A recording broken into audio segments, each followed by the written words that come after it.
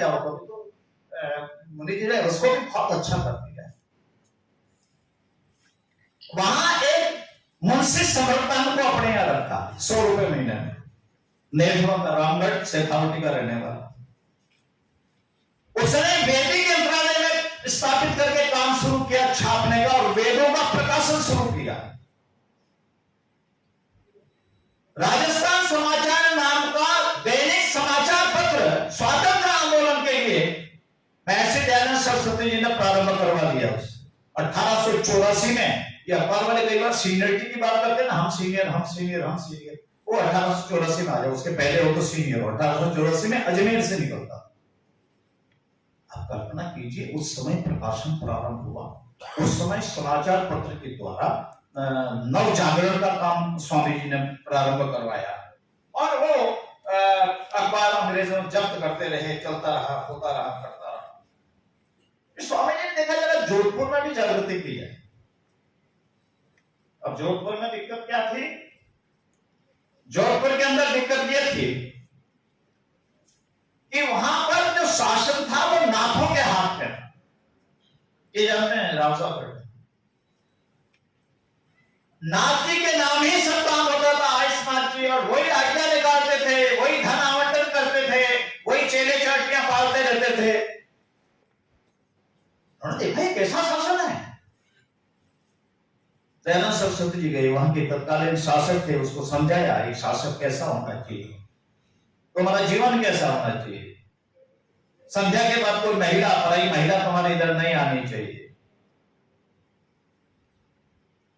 आप आश्चर्य करोगे कि उनका असर होता हुआ देखकर एक चरित्र की दृष्टि से, जिसमें कोई बहुत अच्छे विवरण नहीं मिलता है, उसने नौकर से मिलकर के स्वामी जी को जहर देने का षड्यंत्र किया और जोधपुर के अंदर उनको भोजन में खिलाने में जहर दे दिया और उसके बाद यहां आकर आज अजमेर में उनका स्वर्गवास हो गया। अब आप कल्पना कीजिए, उन्होंने अपने कुछ शिष्य तैयार किए और उन शिष्यों ने जब ये व्यवस्था होने लगी कि जिनका सत्ता से लेना देना नहीं, वही माल खा रहे हैं, वही दुरुपयोग कर रहे हैं, वही भोग रहे हैं, वैसे दयानंद का शिष्य उमरदान लालस खड़ा हुआ, उसने इसके लिए निंदा काव्य लिखना, विषय काव्य लिखना प्रारंभ किया। आप लोगों ने, हिंदी के लोगों ने पढ़ा होगा उसमें। तो महर्षि दयानंद सरस्वती ने ज्ञान में, शिक्षा में, संस्कार में, आजादी की लड़ाई में, नव जागरण में एक जो बहुत बड़ा आभा मंडल खड़ा किया हमारे इस देश को जागरण करने का, निश्चित रूप से, और जो आज वेदों की उतनी ही आवश्यकता है। आज हमारे घरों में वैदिक विचार फिर पढ़ी जाए, वो संस्कार फिर हमारे यहाँ जागृत हो। मैं आपसे फिर ये कह रहा हूं, आज जितनी महर्षि दयानंद सरस्वती जी की और वेदों की आवश्यकता है, पहले कभी नहीं हुई। हम दुनिया के सामने जाकर के खड़े हो रहे हैं, सारा संसार एक तरफ है, भारत एक तरफ। उस समय भारत में जागरण का काम कौन करेगा? यह जो आप इस प्रयोगशाला में जाएंगे, जो आप स्वर से सीखेंगे, बोलना सीखेंगे, बोल उसको आगे संप्रेषित करने का जो आपको ज्ञान होगा, बोध प्राप्त होगा, वह नीचे तक, आम जन तक जाए। आज जैसे यहां कार्यक्रम हो रहा है, यह वर्षों आपको आगे तक चलता रहे, नीचे तक जाए, और फिर उस ज्ञान के द्वारा हमें स्वाभिमान खड़ा हो, देशभक्ति का भाव खड़ा हो, भारत खड़ा हो, और हमारा हिंदुस्तान के हम नागरिक के नाते क्या कर सकते हैं, यह उसमें से भाव खड़ा हो। मैं निश्चित रूप से मानता हूं कि कार्यशाला केवल यहीं तक नहीं है, बल्कि कार्यशाला आने वाले समय के लिए नींव का पत्थर काम करेगी, संस्कार के नाते, नव जागरण के नाते, और एक आदमी को मनुष्यत्व के नाते मैं कह सकता हूं कि मनुष्य में जो गुण होने चाहिए वह इन सब में से मिलेंगे आपको यहाँ पर, जो आप यहाँ से जाएंगे। मैं ऐसा मान के चलता हूँ, मुझ जैसे गैर शैक्षिक व्यक्ति को आज यह बोला है, मैं स्वामी जी आपके प्रति और विश्वविद्यालय के प्रति आभार प्रकट करता हूँ कि मुझे भी इन सब के दर्शन करने का, मुझे भी काम करने का हौसला पड़ेगा कि जब ये सब लोग इतना रिसर्च करते हैं तो अपन रिसर्च नहीं कर सकते, 2-4 पेन की शाही तो खर्च कर सकते हैं, इसमें कोई दिक्कत की बात नहीं है। आपने बुलाया, बहुत बहुत धन्यवाद।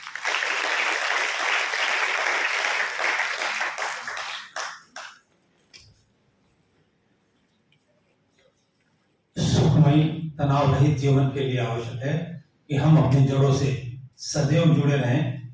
बहुत बहुत आभार आदरणीय लखावत जी। अब मैं आग्रह कर रहा हूं आज के इस कार्यशाला के विषय विशेषज्ञ आचार्य रविंद्र जी को क्या पधारे आशीर्वचन प्रदान करें। आचार्य रविंद्र जी।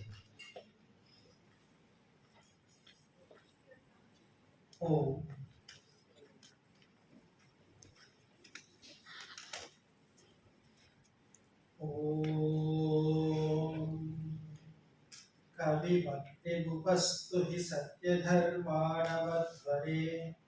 देवममेव चातनम्।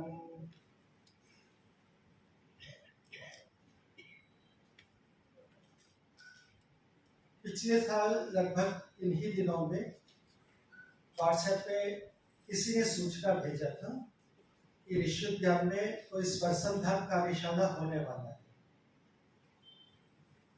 और कोई ज्यादा जानकारी नहीं थी। इतना था कि ऋषि उद्यान में है, तो मैंने सोचा है तो मुनि जी की खुराफाती है, क्योंकि जब व्याकरण हम पढ़ते हैं, जो महाभाष्य भी पढ़ लेते हैं, स्वर और वेद की प्रक्रिया को प्रायः गौण करते हैं।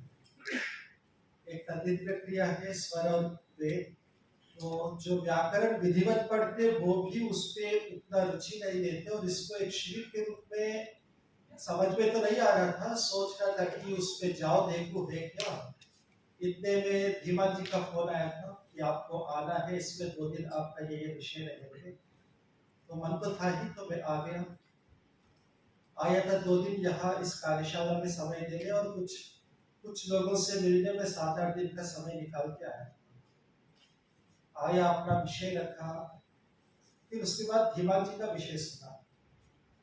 तब समझ में आ गया कि खुराफाती मुनि जी का नहीं है, धीमान जी का है। मुझे बिल्कुल यानी ठीक है, पंडित युधिष्ठिर मीमांसक जी ने स्वर प्रक्रिया को समझने के लिए वैदिक स्वर मीमांसा पुस्तक लिखा है, जो बहुत सरलता से समझ सकते हैं,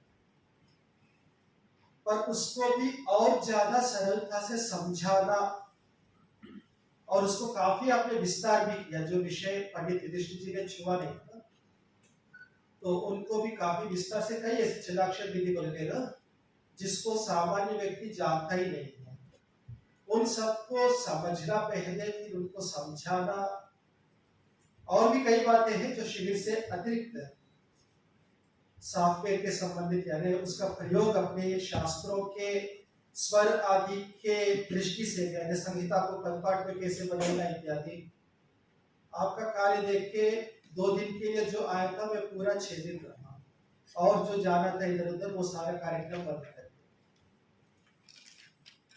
तो वास्तव में यानी ऐसा एक विषय जो बहुत ज्यादा कठिन और गंभीर माना जाता है, उसको इतने सारे प्रतिभागी बड़े श्रद्धा और बड़े रुचि से सुना और उससे लाभ उठाया। तो बहुत ज्यादा मैं उस बात से प्रभावित भी था, और इस बार सहजता से आ भी गया। मुझे स्वयं को लाभ होगा धीमान जी का जो प्रस्तुति है उसको लेकर। और एक निवेदन सभी प्रतिभागियों से, इस विषय का लाभ तो आप लेंगे ही, एक तो ये सारा YouTube में रहेगा, तो बहुत ज्यादा नोट्स बनाने की आवश्यकता नहीं है, पर बताते समय ज्यादा से ज्यादा ध्यान दीजिए और सुन के उस समय उसको ज्यादा समझने का। कई बार नोट्स बनाते बनाते वो नोट्स तो बनता है, अपने मन में बहुत ज्यादा नहीं जाता। हो सकता है किसी को मेरी यही पद्धति है, किसी को उल्टी शिक्षा लगे तो छोड़ भी सकते। दूसरी बात, जो और विद्यार्थी अध्ययन कर रहे हैं व्याकरण का, उनमें स्वर प्रक्रिया और वेद की प्रक्रिया के प्रति रुचि उत्पन्न करना। दूसरा, पांडीय व्याकरण तक सीमित न रहकर प्रातिशाख्यों की तरफ भी उनका ध्यान ले जाना। और जो हमारे परंपरागत जो और विषय हैं, वेद को समझने की बात नहीं चल रही अभी यहाँ। वेद के स्वरूप को सुरक्षित रखना, स्वरूप को समझना, शब्द स्वरूप को समझना, अर्थ तक की बात अलग है। अभी तो हम वेद के शब्दों के स्वरूप को भी ठीक से नहीं समझ पा रहे हैं। कम से कम वहां तो हमारी पूर्णता हो, और ये बहुत कठिन नहीं है। अर्थ की बात तो ठीक है, वो बहुत विस्तृत विषय है, पर शब्द का स्वरूप को तो हम बहुत अच्छे समझ सकते हैं। क्योंकि कई बार ऐसा होता है, हम सुनते हैं कि हमारा पूरा नालंदा विश्वविद्यालय को जलाया था, 6 महीने ग्रंथ जलते रहे। आजादी के समय जो है लाहौर में पंडित भगत जिज्ञासु जी के पुस्तकालय में से केवल 5वें हिस्से पुस्तक ही भारत आ पाए, बाकी बात जल गए थे। जिनमें से पंडित युधिष्ठिर जी लिखते हैं कि कात्यायन शाखा का यजुर्वेद भी उसमें था, शुक्ल यजुर्वेदी के। आज 2 ही संहिताएं हैं, माध्यन्तर और कांग, पर पंडित जी के संग्रह में कात्यायन संहिता भी था, जो आज हमारे पास नहीं है, वो वहां जल गए। ऐसी बहुत सी बातें हम सुनते, बहुत रोंगटे खड़े हो जाती हैं। पर उससे ज्यादा भयंकर विषय ये है कि जो ग्रंथ हमारे सामने उपस्थित है, जो आज हमारे सामने जो सर्वसुलभ है, उनको हम कितना देख पा रहे हैं, कितना पढ़ पा रहे हैं। और सबसे मुख्य बात वेद, जो हमारे संपूर्ण संस्कृत वाङ्मय का आधार है, चाहे वो आर्य समाजी हो ना हो, संस्कृत से कोई रुचि रखता हो तो वेद को वो हटा ही नहीं सकते। और उस वेद को हम कितना जान पा रहे हैं, कितना समझ पा रहे हैं, ये हमारी मौलिक जिम्मेदारी है कि हम इस कार्यशाला से स्वयं लाभ उठावे और लोगों को इस तरफ प्रेरित करें। कम से कम वेद को एक अनजाना जैसा ग्रंथ ना बना दे। वेद को कम से कम ऐसा है, स्वरूप से तो हम सबको बहुत अच्छी तरह वंचित होना ही चाहिए। तो यही थोड़ा सा मैं आपके सामने अपने विचार रखा। ओम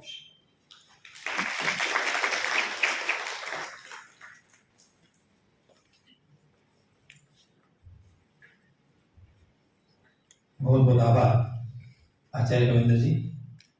आज के इस उद्घाटन सत्र की अध्यक्षता कर रहे विश्वविद्यालय के माननीय कुलपति प्रोफेसर अनिल कुमार जी शुक्ला से आग्रह करूंगा कि आप पधारें, अपना अध्यक्ष उद्बोधन प्रदान करें।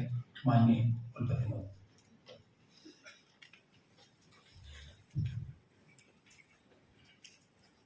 मुनि सत्यजीत जी, रविंद्र जी और मेरे बहुत से चिंतक लखावत साहब, दीवान साहब, प्रोफेसर्स और जगह जगह से पधारे यहाँ पर विद्वज्जन। मैं यहाँ पर अध्यक्षीय भाषण के लिए बहुत उपयुक्त नहीं हूँ, क्योंकि हम सबने सुना कि 2 महान विभूतियां इस देश की रही, शंकराचार्य जी और दयानंद जी। तो उनकी अध्यक्षता, उनके नाम पर हो रही कार्यशाला की अध्यक्षता उनके ही समकक्ष का कोई व्यक्ति अधिकारी हो सकता है, मुझ जैसा अदना कोई व्यक्ति नहीं। मैं लखावत जी के शब्दों से सहमत हूं कि मैं भाग्यशाली हूं। क्यों भाग्यशाली हूं कि स्वामी जी पैदा भले दयानंद में हुए हो, गुजरात में हुए हो, जहर उनको जोधपुर में दिया गया हो, स्वास्थ्य लाभ के लिए माउंट आबू रहे हो, लेकिन गुजरात में पैदा होना स्वामी जी ने चुना नहीं। तबीयत खराब होने के लिए उन्होंने जोधपुर चुना नहीं था, लेकिन अजमेर वो धन्य नगरी है जिसको स्वामी जी ने महाप्रयाण के लिए चुना था। और ऐसी नगरी में और स्वामी जी के नाम से स्थापित विश्वविद्यालय का नेतृत्व करना निश्चित रूप से जो है वो भाग्य की बात है। ये जो कार्यशाला है, वैदिक स्वर संधान कार्यशाला, मैं कोई संस्कृत का विद्वान नहीं हूं। हम दोनों बाजार जाते हैं, शायद मैं इसको भी संस्कृत में अनुवाद नहीं कर पाऊंगा, लेकिन जो मेरी समझ है, एक दिन मेरे घर में एक छोटा सा चार्ट लगा हुआ था दरवाजे पर, उस पर लिखा हुआ था ओ लिखा हुआ था। ओ के बाद 3 जैसा एक निशान बना हुआ था, जैसे 1 2 3 होता है ना, 3 जैसा निशान बना हुआ था और बाद में मां बना हुआ था। मैं उस 3 के निशान को मैं छोटा ई समझता था और मैं पढ़ने की कोशिश करता था। ओई ना, एक ऊ होता है, ऊ बना करके। फिर हमने सोचा कुछ अंतर होगा इसमें, ई लिख दी गई छोटी, तो ये ओई होगा। और फिर जब अभी स्वामी सत्यजीत जी ओम बोल रहे थे, तब याद आया कि वो 3 का जो निशान था वो ये इंगित करता था ओम। ओ पर आपको इतना दबाव देना है, इतनी देर तक बोलना है कि आपका जो ओम है वो दिमाग में लंबे समय तक प्रतिध्वनित होता रहे। आपको दबाव दे करके जब ओम बोलना है तो बीच में वो 3 लिखा जाएगा, और अगर सिंपल ओम बोलना है तो वो 3 लिखने की कोई जरूरत नहीं है।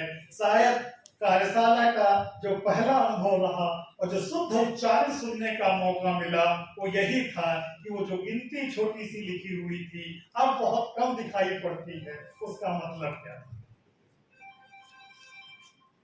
स्वर बड़ा इंपॉर्टेंट है। मेरा सब्जेक्ट एजुकेशन है और एजुकेशन में 2 चीजें बड़ी महत्वपूर्ण है, एक शिक्षा और एक विद्या। संस्कृत तो मुझे नहीं आती उतनी, लेकिन मैंने कहीं पढ़ा है कि संस्कृत में अधिगम के लिए, लर्निंग के लिए तो कोई शब्द है, लेकिन शिक्षण के लिए कोई उपयुक्त शब्द ही संस्कृत में नहीं। अध्यापन जो यूज करते हैं कहते हैं बहुत शुद्ध शब्द नहीं है। लर्निंग के लिए है लेकिन टीचिंग के लिए कोई बहुत प्रॉपर शब्द नहीं है, क्योंकि मानना उनका था कि टीचिंग हो ही नहीं सकती। विवेकानंद जी ने कहा था कि नथिंग कैन बी टॉट, किसी को कुछ पढ़ाया नहीं जा सकता। तो कहे फिर शिक्षा में होता क्या? तो कहे शिक्षा का मतलब उच्चारण। आप में शक्तियां हैं और अगर आप उनको सही ढंग से उच्चारित कर सके तो इसका मतलब है कि आप विद्या की तरफ अग्रसर हो रहे हैं। और कहे जो ये उच्चारण करना होता है उसमें जो संस्कृत शब्द की व्युत्पत्ति है, उत्पत्ति है जो, उसका भी अर्थ ये होता है कि सुंदर ढंग से उच्चारित करना, सही ढंग से उच्चारित करना। तो जो हमारी प्रक्रिया वेदों में लिखी रही, जो पाणिनि की व्याकरण में लिखी रही, वो शायद उस सबका एक बहुत बड़ा अर्थ ये जरूर था कि जो हमारे लोग हैं वो सही ढंग से उच्चारित कर सके, और जब वो सही ढंग से उच्चारित कर सकेंगे तो जो उनमें समग्र शक्ति होगी वह अपने चरम बिंदु तक ऊर्ध्वागमन करके चरम बिंदु तक पहुंच सकेगी और निश्चित रूप से उनकी क्षमताओं का पूर्ण विकास हो सकेगा। किसी ने कहा था कि शिक्षा है क्या? तो उन्होंने कहा शिक्षा कुछ किताबें पढ़ लेना नहीं। एक उदाहरण दे करके उन्होंने समझाया कि जैसे हमारे कान की सुनने की एक क्षमता है, एक निश्चित स्तर तक हम सुन पाते हैं, उसके आगे नहीं सुनता। कुत्ता उससे ज्यादा सुन सकता है, कुछ पशु-पक्षी उससे ज्यादा सुन सकते हैं। तो कहे अगर सही ढंग से उच्चारण हो तो हमारे कान के सुनने की शक्ति उस स्तर तक ऊंची उठ सकती है जो हमारे बायोलॉजिकल लेवल से ऊपर होगी, जो हमारी शारीरिक क्षमता है उससे ऊपर होगी। और जब हमारी सुनने की क्षमता शुद्ध उच्चारण के यंत्र द्वारा हमारे बायोलॉजिकल लेवल से ऊपर होगी तो निश्चित रूप से जो ईश्वर का अंतर्नाद है, जो अनहद नाद है, वो हमारे कान सुन सकेंगे। और जब वो नाद सुन सकेंगे तो देवत्व के साथ पुरुषत्व का मिलान हो सकेगा। तो शायद यही शिक्षा का, विद्या का सबसे बड़ा लक्ष्य है। तो जो ये संधान है स्वर संधान की एक बड़ा चैलेंज है। हमने बहुत कुछ पुरानी चीजें अपनी खो दी और बहुत सारी सी चीजें खोने जा रहे हैं। आज जिस विलुप्त स्वर संधान के बारे में आप लोग वार्ता करेंगे, बातचीत करेंगे, किसी निष्कर्ष पर पहुंचेंगे, वो निश्चित रूप से हमारी शिक्षा को उच्चतर स्तर पर ले जाने वाले। लोग मैकाले की बड़ी आलोचना करते हैं। मैकाले की एक बहन थी हाना, उसके हस्बैंड का नाम ट्रेवलिन था। जब मैकाले एजुकेशन पॉलिसी इंट्रोड्यूस कर रहे थे 1835 में, तो ट्रेवलिन ने जो उनकी बहन का हस्बैंड था ये सलाह दी कि तुम और तो सब कुछ कर ही रहे हो, एक काम और कर दो कि इनके अल्फाबेट्स खत्म कर दो। ये जो काथा गाथा है, ये काथा गाथा न रह करके जो अब आप मोबाइल में यूज करते हो कि आप के लिखते हो का लिख के आ जाता है, के एच लिखते हो खा लिख के आ जाता है, उस समय ट्रेवलिन ने सजेस्ट किया था कि आप इनके अल्फाबेट समाप्त कर दो, इनके अल्फाबेट ही अंग्रेजी में लिखें, पढ़ें उसको वो अपनी भाषा में, हिंदी में। कहो धन्यवाद मैकाले को, उस समय नहीं माना उन्होंने। अगर मैकाले को बात मान लेते तो जैसे आज हम वेद के लुप्त स्वरों पर सेमिनार की आवश्यकता महसूस कर रहे हैं, हो सकता है कि हम अपने अल्फाबेट्स पर भी सेमिनार की आवश्यकता महसूस करते। हमको पता ही नहीं होता कि का कैसे लिखा जाता है, हमको पता ही नहीं होता है कि खा कैसे लिखा जाता है। और जो मैकाले ने नहीं किया अपने बहनों की सलाह पर, वो हमारे मोबाइल ने कर दिया। अब हम अपना मैसेज लिखने में ज्यादा कंफर्टेबल पाते हैं कि हिंदी को अंग्रेजी में। मैं इस सब्जेक्ट पर बोलने का बहुत अधिकारी तो नहीं हूं, खाली मैं इतना जानता हूं, सब लोग कहते हैं कि हर व्यक्ति में शुद्धता होती है, अशुद्धता होती है, लेकिन मुझे लगता है कि स्वामी दयानंद जी इसके परिवार थे, उनमें अशुद्धता नहीं थी, उनमें शुद्धता ही थी। और ऐसी शुद्धता थी कि उसके प्रकाश में जो कोई आता था, वो चाहे सुबह 4 बजे तक सोने वाले सज्जन सिंह हो, चाहे वो बांसवाड़ा के गोविंद देव जी हो, जो पूरा परिवार जिनका खत्म हो गया था उनके पास आया था, जो उनके पास आया उनके प्रकाश से प्रकाशित जरूर हुआ। और ये जो प्रकाश इस सेमिनार का निकलेगा, उसके प्रकाश से खाली आप ही लोग नहीं प्रकाशित होंगे, बल्कि लंबे समय तक वो इस विश्वविद्यालय और इससे जुड़े व्यक्तियों को, इस क्षेत्र के लोगों का वो दिशा निर्देश करता रहे। ये ऋषिकुल में सेमिनार है, कार्यशाला है।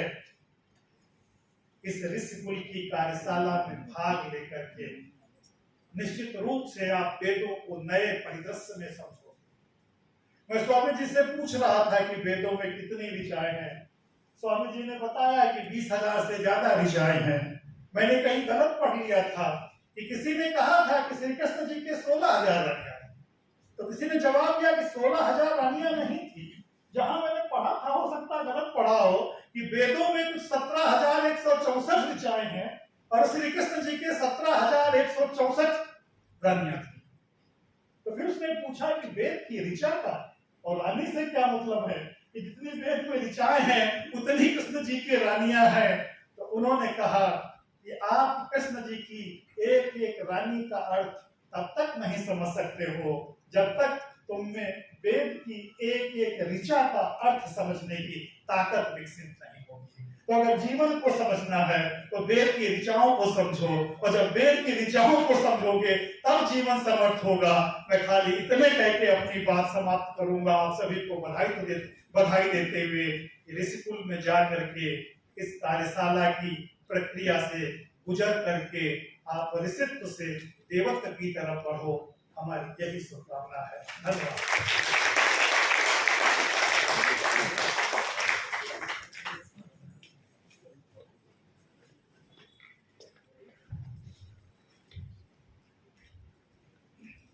यदि जीवन को समझना है तो वेद की ऋचाओं को समझना होगा। बहुत बहुत आभार माननीय कुलपति महोदय।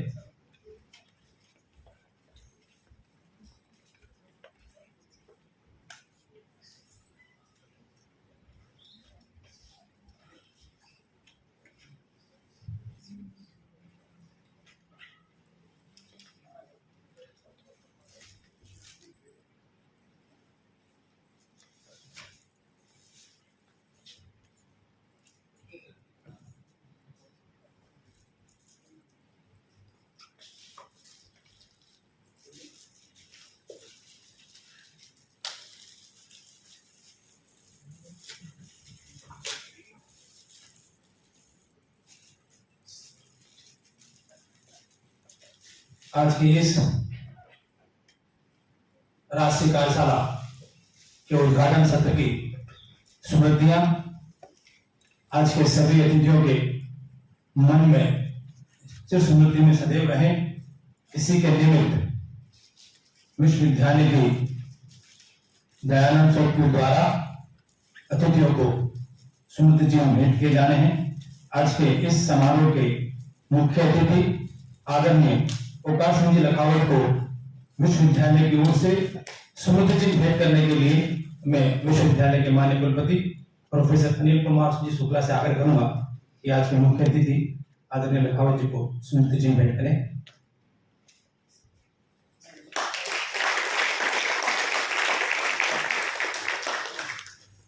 मैं दयानंद स्वरूप की निदेशिका प्रोफेसर जितू माथुर जी से आग्रह करूंगा कि विश्वविद्यालय के माननीय कुलपति प्रोफेसर शुक्ला जी को ये स्मृति चिन्ह भेंट करें।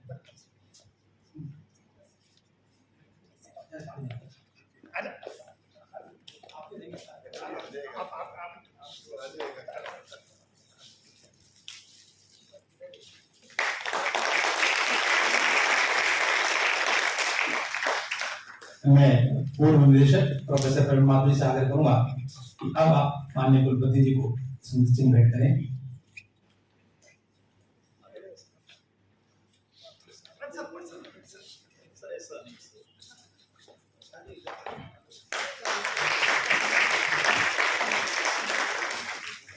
मैं आग्रह करूंगा प्रोफेसर नरेश जी धीमान से कि आप आचार्य रविंद्र जी को स्मृति चिन्ह भेंट करें। Professor Narendra Kumar ji Dhiman, chair professor.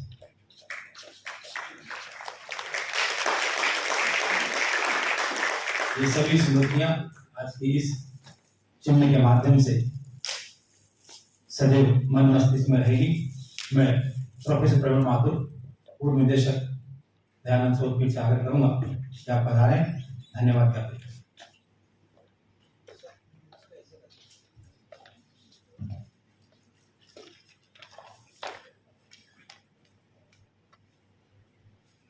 Maharshi Dayanand Saraswati Ajmer की महर्षि दयानंद शोधपीठ तथा परोपकारिणी सभा अजमेर के संयुक्त तत्वावधान में आयोजित की जा रही 7 दिवसीय वैदिक स्वर संधान कार्यशाला के उद्घाटन सत्र में मैं सर्वप्रथम सम्मानित मंच का अत्यंत आभारी हूँ। मंच पर विराजमान कार्यक्रम की अध्यक्षता कर रहे माननीय कुलपति महोदय प्रोफेसर अनिल कुमार शुक्ला जी, जो कि विश्वविद्यालय को अपने मार्गदर्शन से निरंतर ऊंचाइयों की तरफ ले जाने का अथक प्रयास कर रहे हैं। आप ही के मार्गदर्शन से शोधपीठ को गति एवं हमारे कार्यक्रमों को प्रोत्साहन मिलता रहता है। मैं हृदय के अंतःस्थल से आपका आभारी हूँ।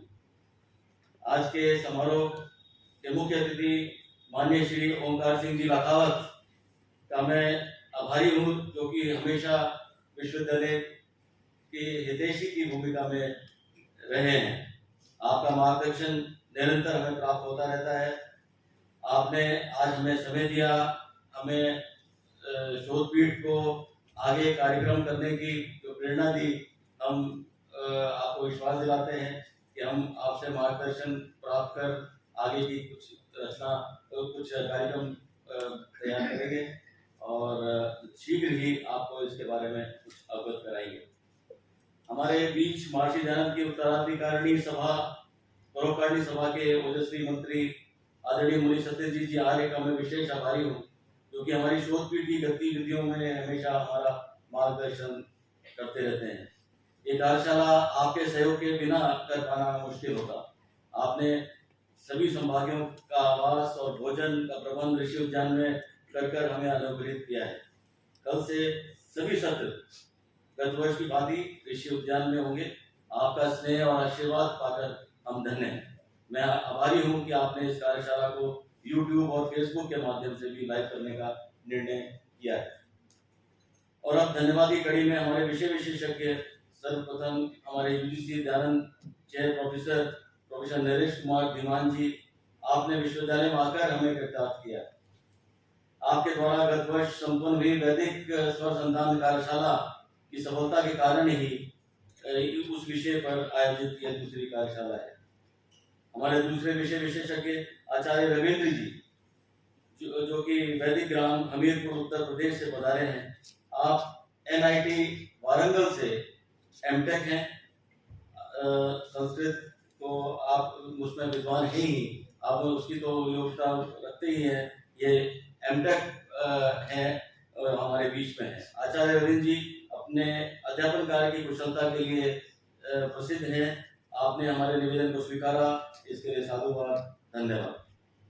हमारे बीच इस कार्यशाला में सहभागिता कर रहे भारत के विभिन्न प्रांतों से पधारे विद्वज्जनों, शोधार्थियों, महर्षि दयानंद सरस्वती विश्वविद्यालय के शिक्षकगण, अधिकारीगण, कर्मचारीगण, छात्र छात्राएं, इलेक्ट्रॉनिक एंड प्रिंट मीडिया से पधारे सभी प्रतिनिधियों, हमारे परोपकारी सभा के कोषाध्यक्ष जी नवाल साहब, हमारे बीच में ज्योत्सना जी और हमारे दोनों ही शोध पीठों के निदेशक जो प्रोफेसर शिव प्रसाद, प्रोफेसर शिव दयाल जी, हमारे बीच में हमारे बाकी प्रोफेसर्स और इन सभी को मेरा हार्दिक धन्यवाद। धन्यवाद की कड़ी में GAD कुलपति एवं कुल सचिव कार्यालय का भी मैं धन्यवाद देता हूं और धन्यवाद करता हूं हमारे बीच में और भी अन्य जो लोग पधारे हैं दूर दूर से, हमारे शोधार्थी, हमारे विद्यार्थी, और मैं आशा करूंगा कि आप सब लोग ये 7 दिन की जो कार्यशाला है इसके अंदर आप ज्ञान अर्जन करें और अब जो भी कमी इसमें रह जाए वो हमें बता के जाएं ताकि हमें नेक्स्ट कार्यक्रमों को और सफलतापूर्वक करने का हमें रास्ता दे। धन्यवाद। जय हिंद, जय भारत।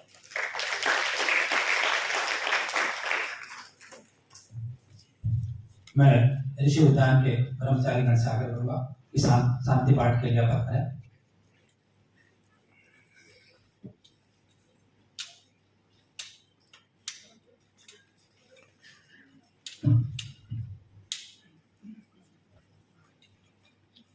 अथ शांति पाठ।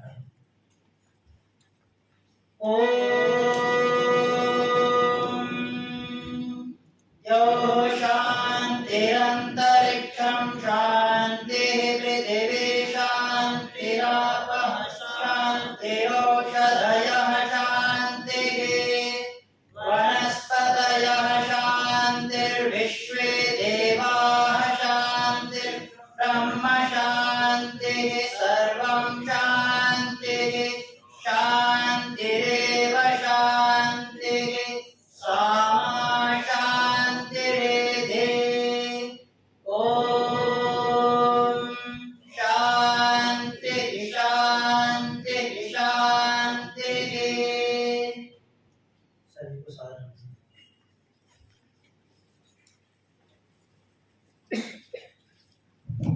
आप सभी से आग्रह है राष्ट्रगान के लिए अपना स्थान पर लें।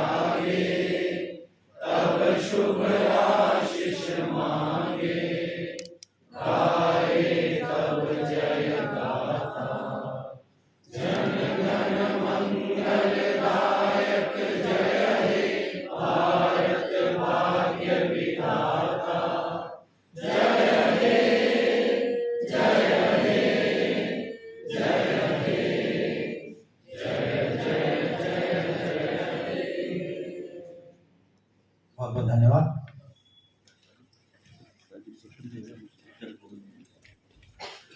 इसके पश्चात सभी तकनीकी सत्र चरण भवन विश्वविद्यालय परिसर में आयोजित होंगे। एक बार पुनः सूचना, आज होने वाले सभी तकनीक सत्र का संचालन विश्वविद्यालय के चरण भवन में संपादित होंगे। आप सभी यहाँ से सीधे वहां पधारिए। धन्यवाद।